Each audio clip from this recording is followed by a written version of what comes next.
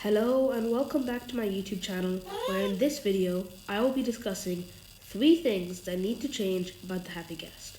The Happy Ghast is not a good mode of transportation, but that's pretty well rounded as it is easily accessible, especially in the early game.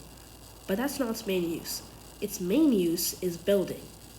If you're someone who builds in creative mode, using a Happy Ghast is a perfect way to replicate that. I don't think I'd be able to build most of the stuff I have here if it wasn't for the Happy Ghast. However, there is one problem. Every time you try and exit the Happy Ghast, it sort of just wanders away into its own direction. And if you don't have a snowball hand, this can be really annoying to deal with and you could end up losing your Happy Ghast.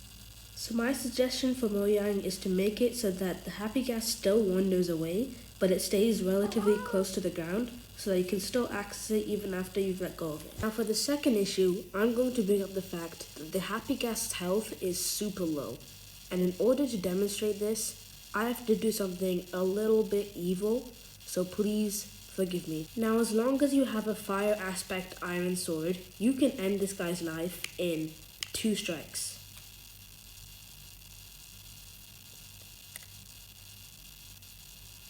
And while this isn't too big of an issue and can only really happen on accident, I still feel like it is a huge downgrade from the other rideable companions you have, like the horse.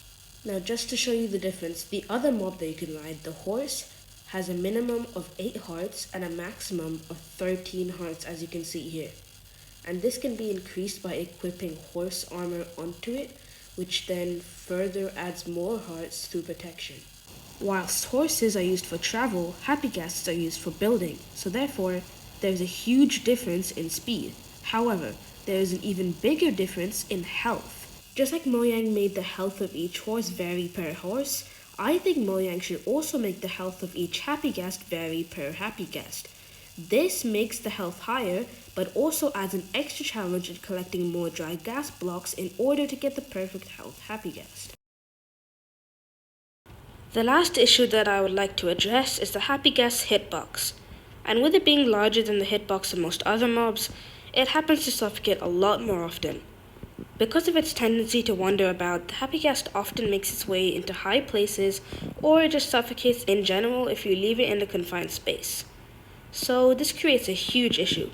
Either you let your Happy Ghast wander about and have a difficult time getting back on it, or you leave it in a confined space and face the risk of it suffocating if it's left unattended. Now, I get that this video isn't supposed to be a bug report, but I think I have a pretty good solution or suggestion for this as well. Please stay with me, but I think Mojang should just implement my first idea. And that is to make it so that the Happy Ghast just stays closer to the ground.